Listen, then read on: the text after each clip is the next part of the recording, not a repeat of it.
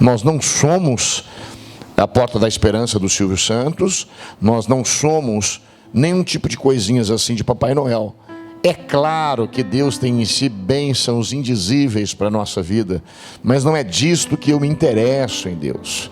Eu me interesso em Deus por aquilo que Ele faz na minha vida. Porque a gente, com razão, com certeza, qualquer coisa é bom ter. Mas, por exemplo, você já teve muita saúde e estava mal por dentro. Eu não vou dizer que você já teve muito dinheiro, mas teve pelo menos um pouquinho e estava mal por dentro. Mas quando Deus ele se encontra com a gente se encontra com Jesus Cristo, Ele transforma o nosso interior de tal forma que não há nada que valha a pena ou que troque ou que se compare àquilo. Eu sei porque foi essa a minha experiência marcante em 23 de agosto de 1987. 23 de agosto de 1987, às 9h10, na Vila Marieta, com Osmundo Vaz, Mara e algumas outras duas pessoas. Minha vida nunca mais foi a mesma. Então, alguns disseram que aquilo foi uma lavagem cerebral. Eu falei, puxa, que pena que não fizeram antes. Porque eu deixei tantas coisas, e abracei tantas coisas, assim, numa semana. Uma vida nova nasceu dentro de mim. E a gente não pode perder esse real valor da igreja. Amém, queridos? Irmãos, eu conheço muita gente que vai na igreja para arrumar uma mulher ou arrumar um homem. Isso aí a gente arruma fora. Arruma na igreja também. Eu mesmo já fizeram eu fui lá, peguei um pozinho, um saquinho de pó, mas eu peguei porque tinha que pegar. Eu respeito muito os lugares que eu vou, como funciona. Se todo mundo está pegando um saquinho de pó, eu pego, mas eu sabia que aquele pó não ia valer nada. E eu também não estava querendo atrair nada. Me pegou um saquinho de pó, queria atrair coisas, ia atrair bênçãos, ia atrair as meninas, para os meninos, ia atrair coisa, o homem. Eu sei que a gente vai pedir ajuda para Deus em áreas de fragilidade da nossa vida, Ele ajuda. O que a gente não pode é fazer da casa de Deus um lugar onde o encontro com Ele não seja mais importante do que aquilo que Ele possa nos dar. Ninguém gosta de uma relação por interesse. Ninguém, nem você. E Deus também não. E o melhor que Deus tem para dar para você é o Filho dele, Jesus Cristo. E Ele não quer te dar por um dia, por uma hora, por uma ficada. Ele quer que Ele mora dentro de você, caminhe dentro de você e te transforme de tal forma que você seja a imagem e a semelhança dele. Tem algo melhor do que isso? Alguém que não quer só me dar um adorno, Ele quer realmente marcar minha vida. 2 Coríntios capítulo 2, verso de número 14. Paulo está escrevendo aqui a sua carta. E eu vou te explicar em que situação ele está escrevendo. Ele já tinha escrevido a primeira carta. E ele teve que escrever a primeira carta assim, judiando, falando umas coisas para a igreja de Coríntios, não fácil. Se você depois quiser, você leia. Ele, eu não vou dizer que ele não xinga, mas ele fala palavras fortes. Porque a igreja de Coríntios era uma igreja desejada por todos, porque ela tinha os 9 dons. Quantos dons ela tinha? 9. Que são os dons que existem. Não faltava nada. Lá revelava, lá curava, lá tinha dons de maravilhas, lá tinha palavra de ciência e de conhecimento. Tinha tudo, pode ler, você vai ver. Sabe a igreja do reteté, a igreja abençoada, a igreja pá. Tinha os 9 dons. Tinha só um problema também. Tinha 90 mil pecados. Ou igreja pecadora. Tinha briga de irmã. Você vai lendo, você vai vendo as tretas da igreja. Era pior do que hoje, se você for ver. E lá tem um caso de um rapaz que estava dormindo com a madrasta. E Paulo escreve metendo a lenha, falando: vocês estão aí encobrindo esse cara, vocês também são safados igual. E foi descascando a cana. Pode ler lá que você vai ver. Uma carta dura.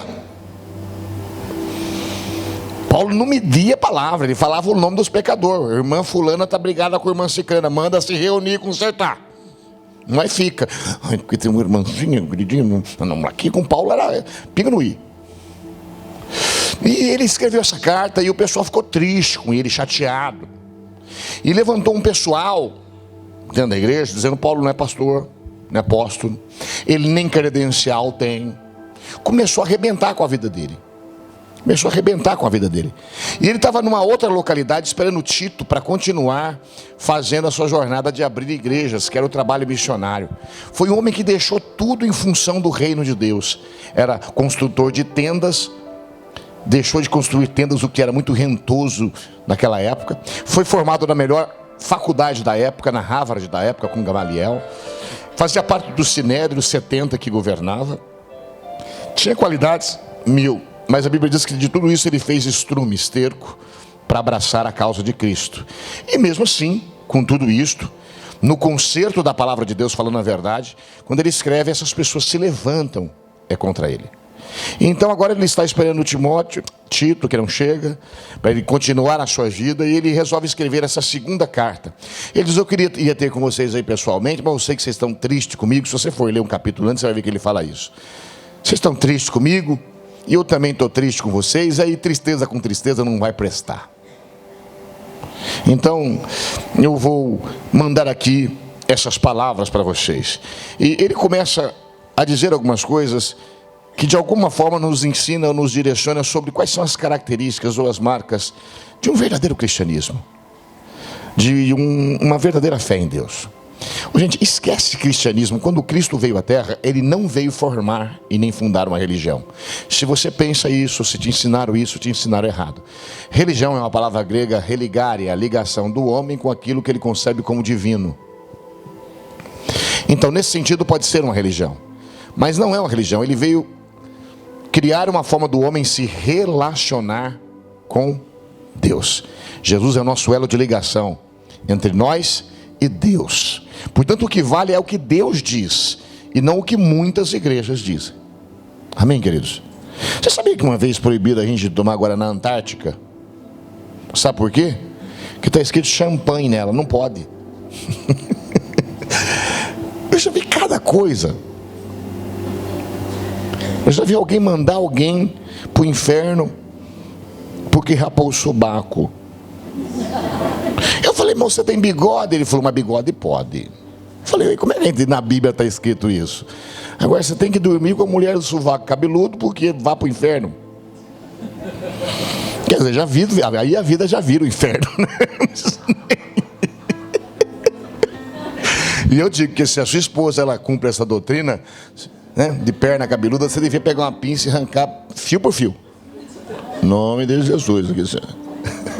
Não é boa, mas é para descontrair aqui. Mas ele escreve então essa carta. Ele escreve, e eu queria tirar daqui, pensar 5 ideias rápidas, que nunca é rápido, mas que eu quero terminar um bom tempo aqui com a gente, para a gente refletir sobre elas. Diz assim a palavra de Deus no capítulo 2, verso 14: graças, porém, a Deus, que em Cristo sempre nos conduz em triunfo, e por meio de nós manifesta em todo lugar a fragrância do seu conhecimento.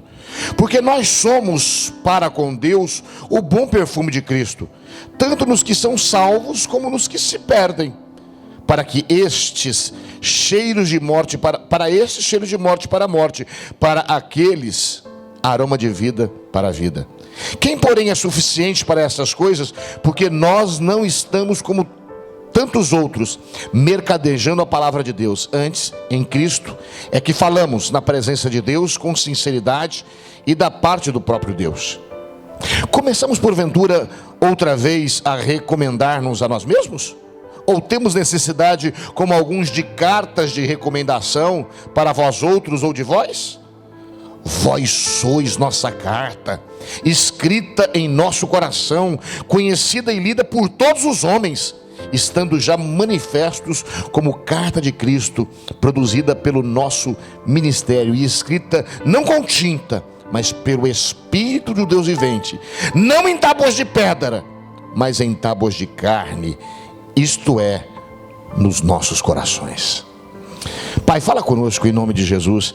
Essa palavra tem a sua complexidade, mas eu sei que o Senhor pode, em nome de Jesus, abrir nossa mente, nosso entendimento, para que a gente possa entendê-la da melhor forma possível, em o nome de nosso Senhor e Salvador Jesus Cristo.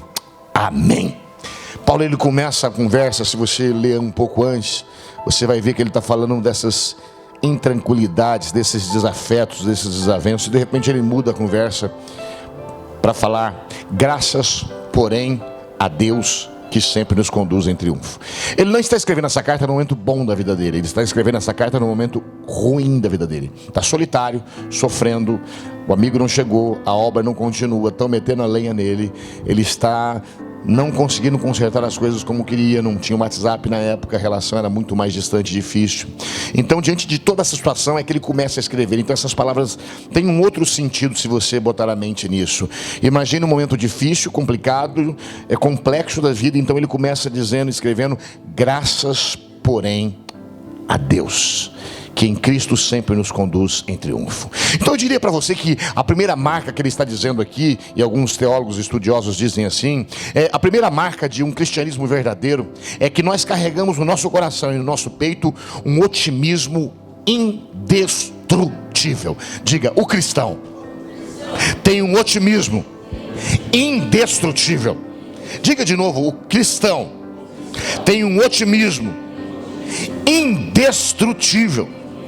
Ele não estava em nenhuma praia, ele não estava em nenhum hotel 5 estrelas, ele não estava em nenhuma situação favorável, ele estava com o mundo contra ele, mas mesmo assim, na vida em que ele estava, ele cria dentro de si uma verdadeira gratidão. Ele diz: olha, as coisas que estão acontecendo são contrárias, são contraditórias e são dolorosas, mas o cristianismo verdadeiro é uma vida cheia de gratidão, mesmo em meio a provas e dificuldades, não importa o que esteja nos acontecendo. Por quê? Porque nós entendemos que quem dirige a nossa vida e quem nos leva ao nosso destino é Deus. Então eu agradeço por cada etapa que eu passo, por cada momento que eu vivo. É por isso que esse otimismo indestrutível habita o nosso coração, porque se o dia estiver escuro, há em mim uma convicção de que ele tornar-se-á claro. Você nunca verá Paulo em situações favoráveis. Sempre ele está em situações extremas e completamente difíceis, mas ele é sempre um homem de um otimismo fora do comum. Às vezes chega a ser até invejável. Eu gostaria tanto de aprender com ele e de ser como ele. Quando a gente sabe que é Deus quem dirige o nosso destino, que é Ele quem trabalha para que tudo contribua para o nosso bem, não existe acaso para Deus. Então, se de repente vocês não me entenderam, e se outros se levantaram me chamando de falso, ou se isso aconteceu, de alguma forma Deus vai colocar tudo isso junto, vai bater numa batedeira de bolo, vai fazer um negócio bom, porque eu creio que todas as coisas cooperam para o bem daqueles que amam a Deus. Ou seja, a minha vida continua, eu não vou medir ou mensurar a minha existência pelos últimos acontecimentos. Eu estou dizendo porque talvez a sua vida esteja uma droga hoje, e ela já está faz uma semana, e talvez um mês de um ano. Mas o que eu quero dizer é que o cristão, ele carrega sempre dentro de si um otimismo indestrutível. A gente até chora um dia, se fecha no quarto no outro, até ameaça largar a Deus, mas não tem coragem. Eu mesmo já umas vezes ameacei, falei: não volto mais na igreja. Mas voltei com a cara lavada. Por quê? Porque a gente tem esse otimismo que nasce no coração. É essa fé que se avoluma, é essa fé que cresce e vai para frente. Segunda Crônicas fala de um rei chamado Josafá, e um dia ele se levanta e 3 grandes exércitos o cercaram. E então ele se vê cercado por 3 exércitos maiores do que ele. A morte está às portas, ela é visível, previsível, sabe-se que vai morrer. Mas ele, em vez de se desesperar, ele, em vez de se entregar, ele, em vez de acreditar que tudo acabou e tudo parou, ele simplesmente levanta o povo e faz 3 coisas. Ele decreta um jejum, depois ele chama o povo para um clamor, e depois ele fala para o povo cantar. Ele fala: vamos jejuar, vamos tirar de nós aquilo que nos dá sobrevivência, porque a nossa sobrevivência mesmo é Deus.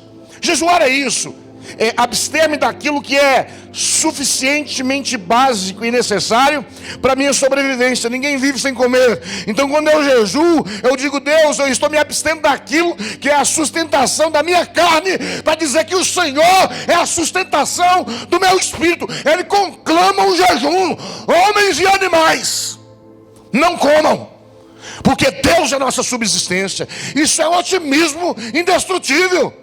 3 reis armados até os dentes o cercam. E em vez de se entregar e de negociar uma paz, ele se levanta, conclama o louvor. se apega a Deus e diz: Deus, eu nada posso fazer. Reconhece a sua dificuldade e manda o povo cantar. Tem sentido isso?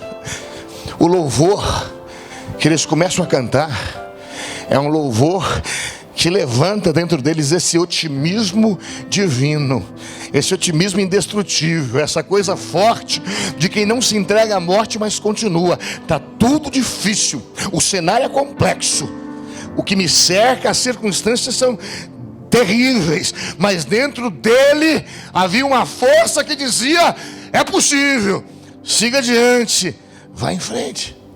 Você pode ver Paulo e Silas presos na cadeia, texto tão usado, não é verdade? E a Bíblia diz que ele está preso no cárcere interior. E cárcere interior é lá dentro, perto das latrinas, é perto do esgoto. Eu acho injusto, você não acha? Os caras estavam fazendo milagre, doando sua vida. Paulo especialmente negou tudo, deixou tudo para trás. E agora ainda está preso. Cadê Deus? Cadê Deus? Não tem essas horas que a gente fala: cadê Deus? Deus se esqueceu de mim. E o que ele faz na meia-noite? Eu gosto que a Bíblia diz que é meia-noite, que é uma hora escura. É uma hora que você não escuta ninguém. Se você dorme tarde como eu, você sabe disso. Meia-noite não tem vizinho brigando, só alguns. Não tem passarinho cantando, no máximo algum grilo chato. Meia-noite, aquele silêncio, unido com aquela solidão. É nessa hora em que a penumbra se faz, que a alma deles pula dentro deles e teimosamente canta um hino. E eles cantam o hino que chacoalha aquele lugar, e as portas se abrem, mas ninguém foge, e o carcereiro acaba se convertendo. Amém. Bernardo sempre cantava lá na nossa igreja: um terremoto vai acontecer aqui. Lindo. Otimismo. Está preso, perto do cheiro de coisa fedida, catinga, injustiça, mas dentro de si um otimismo irreprimível. Eu não estou dizendo que está soltando serpentina, que está, ai que bom, estou sofrendo. Não é nada disso. Às vezes o cara está até chorando, mas a atitude é de otimismo, está entendendo ou não? Pior que está, não fica. Isso é otimismo. Pior que está, não fica, vai ter que melhorar.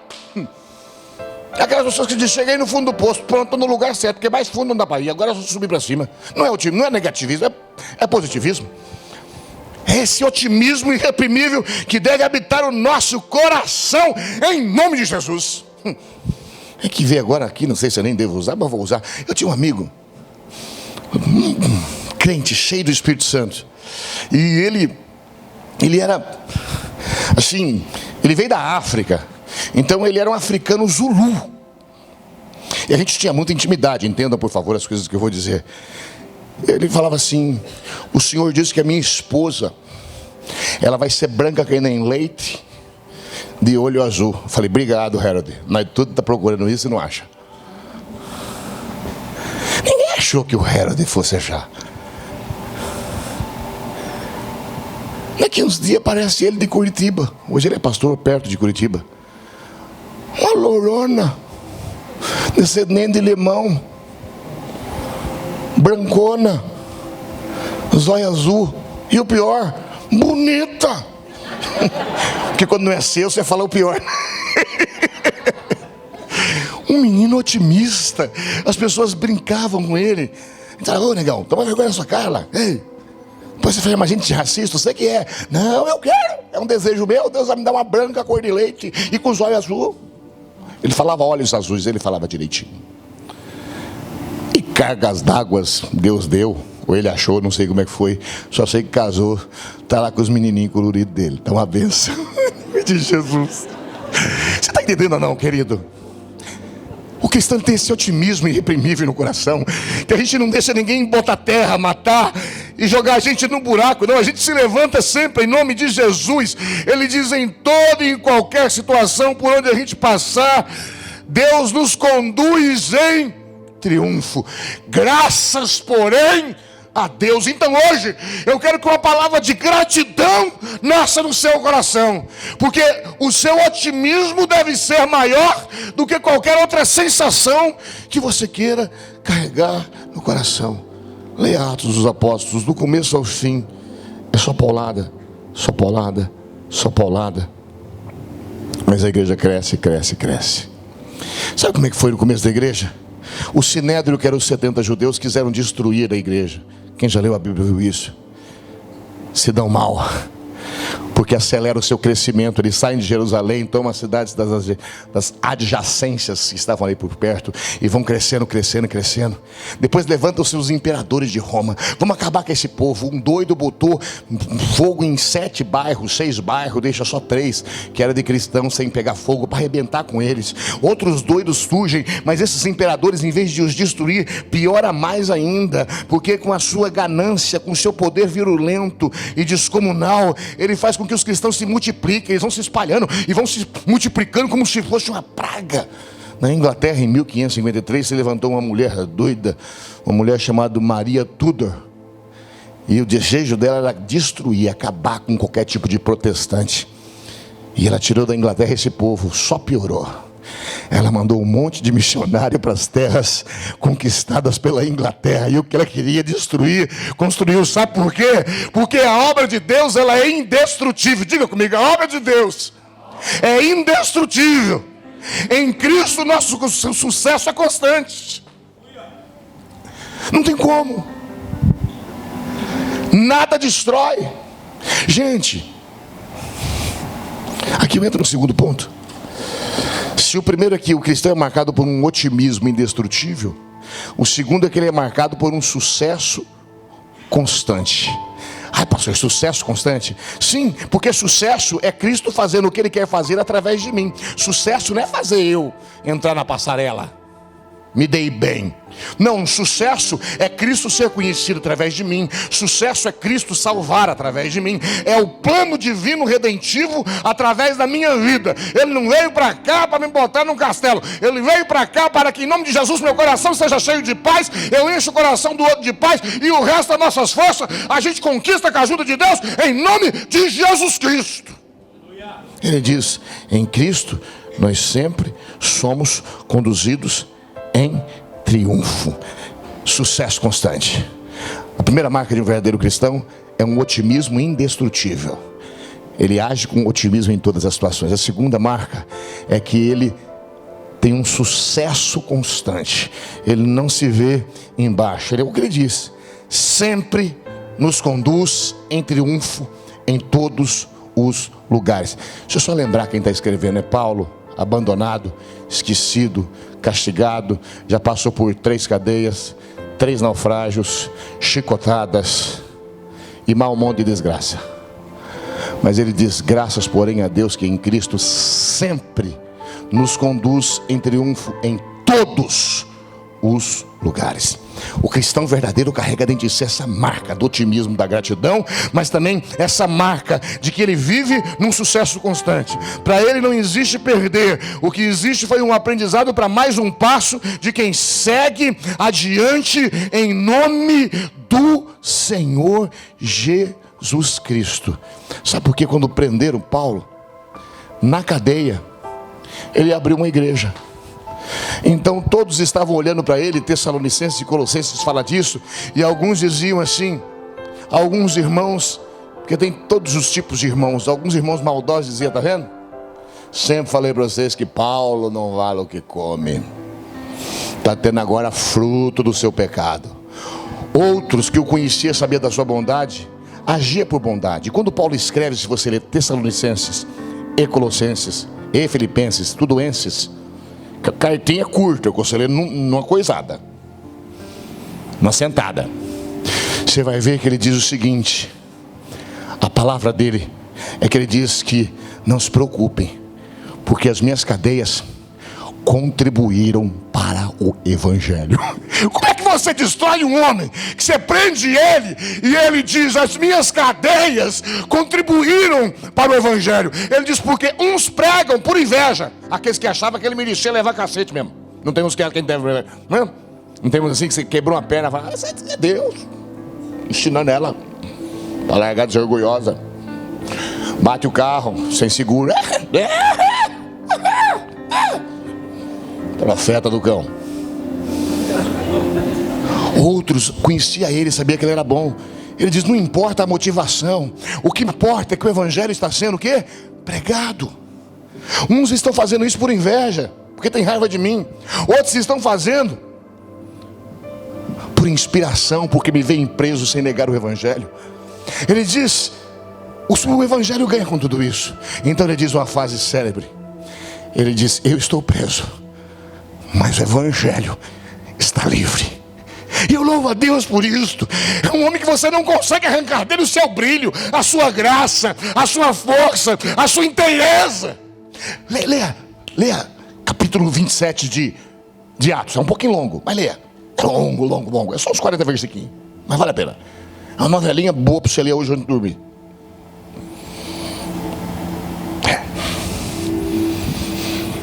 É uma viagem. Entra no navio, ele fala, é bom que nós não vamos. Ele falou pro capitão, o tempo está ruim. Paulo conhecedor, estudado. Mas o capitão, querendo dar uma de sabidão, falou, não, nós vamos sim. Falou, vejo que a viagem vai ser dura, difícil. Bom, entraram no navio e foram. 12 dias sem aparecer lua. Perdão, sem aparecer nem lua, nem luz, nem sol. Pretejou tudo. A Bíblia diz que eles perderam até mesmo a esperança. Eles estavam a ponto de se matar. Eles perderam a esperança da própria vida. É o que está escrito lá no capítulo. Agora veja o que Paulo faz no meio disso. Ele chega para os irmãos. Não, irmão não. Para os cadeeiros. Que tem 270 cadeeiros, mais os soldados. Ele chega para todo mundo e diz, não se preocupem. Cara, onde você bota o cara, os hits dele dá sucesso, velho. Que Pablo Vittar, que nada.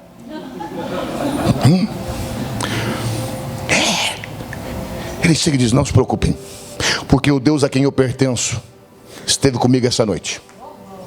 E ele diz que nenhum de vocês vai morrer. Vocês estão na nossa mão.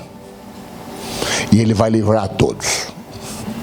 E eu não sei não, mas se eu não estou enganado, Paulo não sabia nem nadar. Parece que pula numa tábua para chegar numa ilha.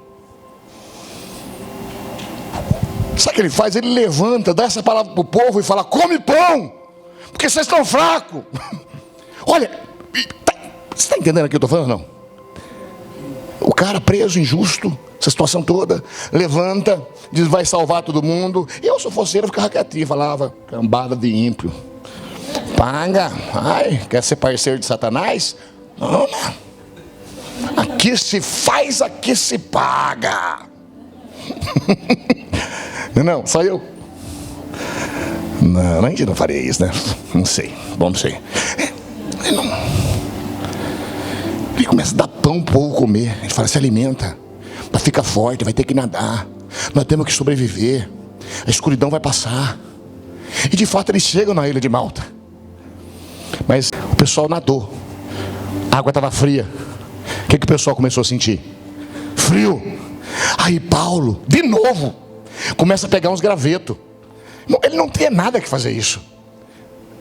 Ele começa a pegar uns gravetos para acender o quê? Uma fogueira.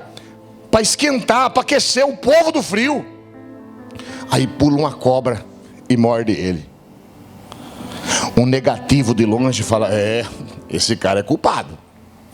Fugiu do naufrágio, mas caiu na cobra. Pode ir lá, está escrito. Paulo simplesmente sacode a cobra e continua a fogueira. Fica naquela ilha por 3 meses, cura o dono da ilha, cura o povo que está doente ali, e só sai porque tem que sair para ir para Roma, onde ele vai morrer depois, mas de onde ele vai difundir o evangelho por toda a Europa e fazer sua obra. Este homem está dizendo o seguinte: graças porém a Deus, em Cristo eu sempre sou conduzido em triunfo. Alguns acham que eu perdi, que eu morri, que eu estou enterrado, mas a minha alma está otimista, e o sucesso do evangelho continua através da minha vida. Eu não somente não neguei a Cristo, mas eu prego. E é isso que eu e você, que nós podemos e devemos fazer, em nome de Jesus Cristo. Em nome de Jesus Cristo. O verdadeiro cristão, ele tem um sucesso constante, porque ele não mede isso pela sua conta bancária. Ele não mede isso pelo seu relacionamento afetivo, de como está o momento. Ele não mede isso pela sua questão emocional. Ele sempre olha a vida como um todo, não como um pedaço.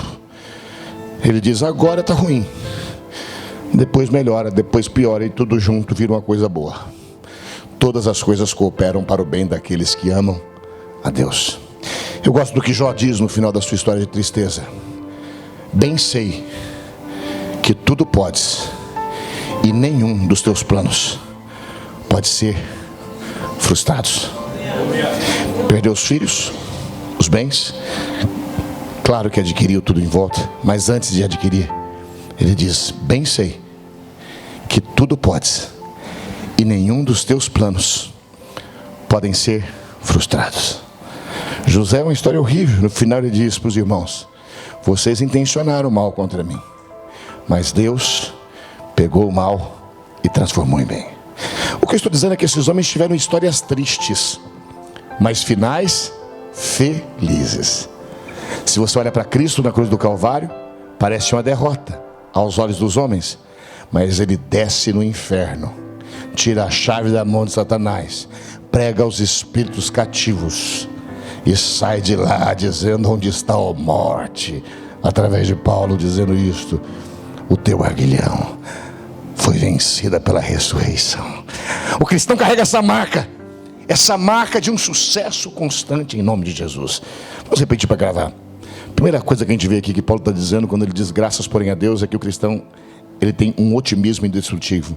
Diga, pela fé, como cristão, eu tenho um otimismo indestrutível. Talvez você se sinta mentiroso. Fala, pastor, eu estou tão desanimado. Não é disso que eu estou falando. Estou falando de... Diga, eu creio que a minha vida em Cristo é um sucesso constante.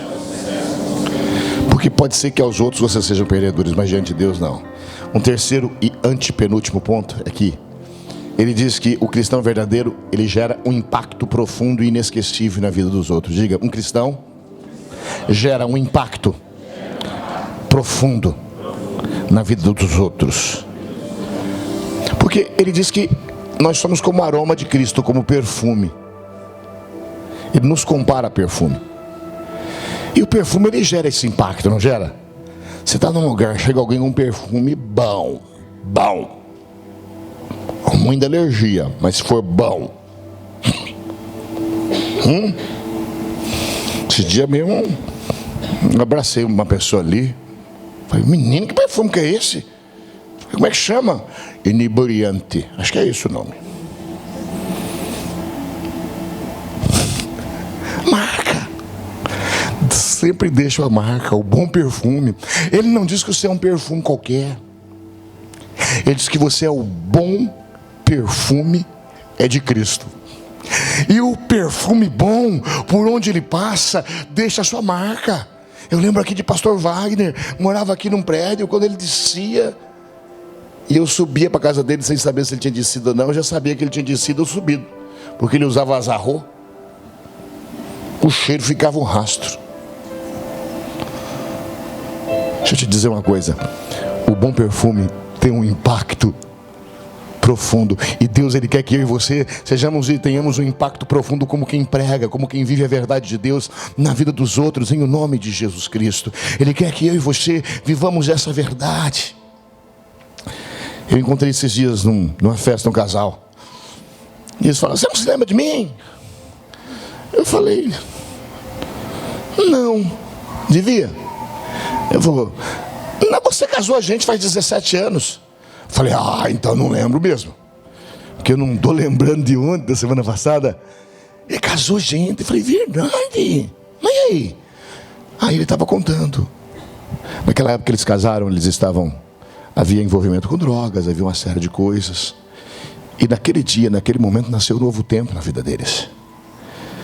Eles têm 2 filhos, caminham juntos, são felizes.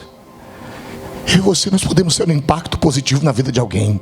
É uma palavra que a gente diz, é um abraço que a gente dá, É um evangelho que a gente lê, é uma ligação, é dizer uma coisa boa, alguma coisa gostosa. Eu só sei o seguinte, que o perfume não pode ser neutro. Ou a gente gosta dele ou não gosta dele. Então, como cristão, a gente não é neutro. Ou gosta da gente ou não gosta da gente. Mas Deus espera que eu e você deixemos as nossas marcas, o nosso impacto por essa terra. Ele diz, nós somos o bom perfume de Cristo.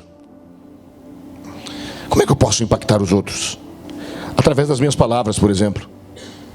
Através das minhas palavras eu posso impactar a vida dos outros.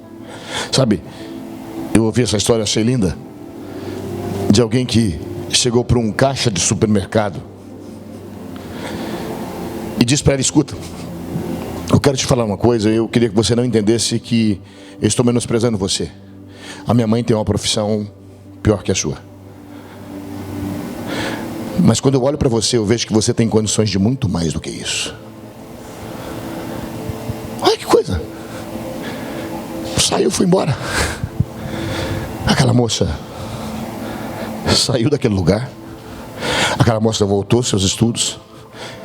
Matou as suas desculpas, porque tinha um filho sem ter um marido.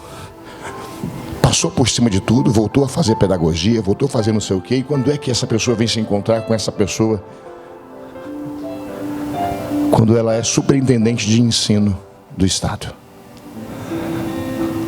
Entende não? Uma palavra pode impactar. Ele está dizendo que eu e você carregamos em nós essa capacidade de impactar a vida dos outros. Um cristão que não impacta a vida dos outros não é um cristão. É impossível que eu passe sem que ninguém perceba, sem que ninguém note. A minha vida acaba de alguma forma sendo um cheiro que gostam ou que não gostam. Eu louvo a Deus porque eu me converti numa época tão complexa. Eu disse hoje de manhã aqui que eu achava que eu era o dono da noite. Dono, parece que era rico, né? Era uns buraquinhos. Dono do forró. Nós tínhamos uma casa que coisava forró, vendia cachaça e coisava forró. Tinha uma outra que era Fresh Dance. O etc. era clube depois. Mas eu entro numa igreja um dia e saio transformado. E sabe o que é interessante? É que Jesus me transformou. É que os meus amigos, eles não aceitam aquilo. Eles falam, cara, não pode ser. Ontem era isso. O que foi que fizeram com você? Esse cara é doido. Eu falei, não sei, cara. Me deu a vontade de mudar de vida. Eu não quero mais essas bestagens, não. Eu não quero mais, não. Eu agora vou na igreja. E foi isso que eu fiz. Eu fui para a igreja. Minha igreja era no centro. Eu morava na periferia. Os riquinhos da igreja não quis fazer amizade comigo. Ficou aquele pobretão lá sozinho. Mas Cristo enchia meu coração. Sabe, hoje eu sou feliz porque alguns dos meus amigos se converteram. Eu tenho um amigo que se chama Gildo, que é pastor em Campinas. Eu tenho um que esteve aqui esses dias, às vezes ele vem, trabalha em Limeira, na cadeia de Limeira. É um cristão. Eu tenho outros que tiveram encontro com Cristo. E eu não precisei ficar pregando e falando. Porque o perfume, quando ele passa, ele passa. Entendeu ou não? A minha vida é a melhor forma, em nome de Jesus Cristo, de eu poder impactar alguém. Você pode dar aulas particulares para alguém de matemática. Você não precisa ter grana, mas você tem conhecimento. Você pode fazer qualquer coisa que pode impactar a vida de alguém pelo evangelho ou por uma ação prática e levar essa pessoa a um nível superior. Eu me recuso a gastar minha vida de uma forma que eu não esteja investindo na vida de alguém sempre. Sempre. Porque eu quero me perpetuar através dos outros de alguma forma. Porque é isso que Cristo quer que eu faça e quer que você se faz. Nós precisamos deixar um legado. Nós não somos gente correndo atrás de um pacote de linguiça. Nós somos gente que vive o evangelho verdadeiro e prega o evangelho verdadeiro em nome de Jesus Cristo. Amém, queridos? Um verdadeiro cristão deixa um impacto positivo por onde passa. Lá no teu trabalho tem que saber que você é cristão. Na sua vizinhança tem que saber que você é cristão. Não precisa falar, só crente. Não precisa. Você tem que olhar falando, você é diferente. Eu vi já que você não gosta de mentira, você não gosta de coisar, não gosta daquilo. Agora o duro quando a pessoa está olhando para você e fala assim, nossa, isso aí está pior que eu. Aí é duro, né? Endureceu. O cristianismo não tem espaço para agente 007. Ou você é, ou não é. Não estou falando de perfeccionismo, gente. Eu também tenho pecado. Só estou falando que dá dentro de mim essa vontade de impactar o mundo em que eu estou. Um verso que eu uso para terminar esse ponto é quando falam dos discípulos em Atos dos Apóstolos, aqueles que têm transtornado o mundo, chegaram até aqui. Eu quero ser um desses que bota o mundo de ponta cabeça, porque prega o Evangelho. E eu louvo a Deus porque a gente já pode ver várias pessoas que passou por isso. O penúltimo ponto: um verdadeiro cristão, ele é marcado por uma integridade irrefutável. Diga, um verdadeiro cristão, ele é marcado por uma integridade irrefutável. Eu estou usando essas palavras difíceis assim, é porque eu copiei de um livro, tá? Não é que eu sei falar tudo isso aqui, não. Mas Paulo, ele começa a denunciar os falsos profetas, os homens que pregam por interesses próprios. O que ele está dizendo é que uma pessoa que tem Cristo dentro dela, ela tem uma vontade de ser íntegra. Ela tem um negócio dentro dela que ela quer ser íntegra, ela quer fazer do jeito certo. Ela pode não ter chego lá, como Paulo disse, ainda não sou perfeito, mas há uma vontade que se move dentro de mim para que o que é santo santifique-se mais ainda, para que o brilho não se apague da minha face, pelo contrário, que se reacenda dentro do meu coração. Ele diz: nós somos ministros de uma nova aliança. Paulo, ele denuncia os falsos. Ele diz: olha, existem alguns que estão aí pregando, mercadejando a fé. Eu disse de manhã, quando eu era pastor de uma igreja aqui na Rua Ipiranga, eu tinha lá uma pessoa que era assessor de um político. Não é o Fabinho, não, tá? Para você não pensar que é ele. Faz muito tempo. E a esposa dele chegou para mim e falou: ó, a gente está dando aí 400 pro apóstolo para ele dar assessoria espiritual. Tinha um senhor que a gente levava de vez em quando lá para ajudar a gente no culto da tarde. Ele era um apóstolo. Eu falei: não importa que é apóstolo, profeta, não posso o nome. Era um profeta. Ele está dando assessoria espiritual. Mas nós vamos dar 700 para você dar uma assessoria. Eu falei: mas como é que dá assessoria espiritual para o homem? Eu não sei como é que faz isso aí. Quer dizer, não faz. Isso não existe. As pessoas hoje, elas trocam a fé como se fosse uma macumba. Macumba a gente paga. Paga. E paga bem. Dá lucro, é tudo virgem. Lençol virgem. Coisa, não é assim? Quem já fez uma macumba aqui sabe como é que é. Pede tudo virgem. Eu já fiz, então sei como é que foi. Tudo virgem. E você acha que aquelas coisas virgens, para que quem vai usar? Manjar.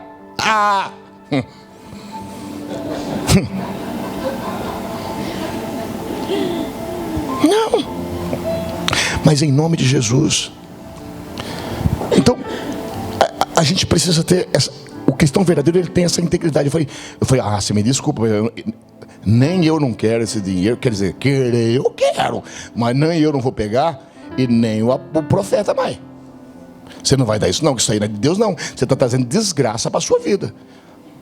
Contei lá aquela história de Atos dos Apóstolos, que quiseram pagar lá para receber dom, mas levar chicotada do capeta até ficar azedo no chão. Falei: vai mexendo com isso. Vai. Eu que não quero levar lambada de Deus, fiquei na minha. Em nome de Jesus. Irmãos, o cristão verdadeiro, ele tem essa vontade de crescer, ser melhor, ser honesto, ser honesta, ser íntegro, ser de Deus, ter uma casa boa, irmão, com filhos bons. É verdade ou não é? Sabe, ir crescendo, ser reconhecido não pela sua grandeza, pelo seu carro, pela sua casa. Isso tudo vem, pode vir. Se vier, amém, venha bastante em nome de Jesus. Se não vier, a quem? Mas a gente quer ser reconhecido por quem somos. É quando passamos, alguém diz sobre a sua integridade, sobre quem você é, sobre o seu padrão, seu comportamento, sua fala. Gente, o que paga isso? Nada!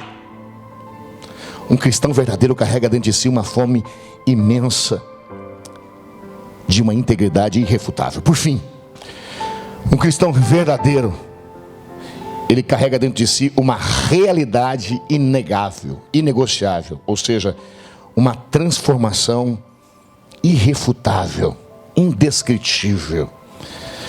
Ele diz assim: porque nós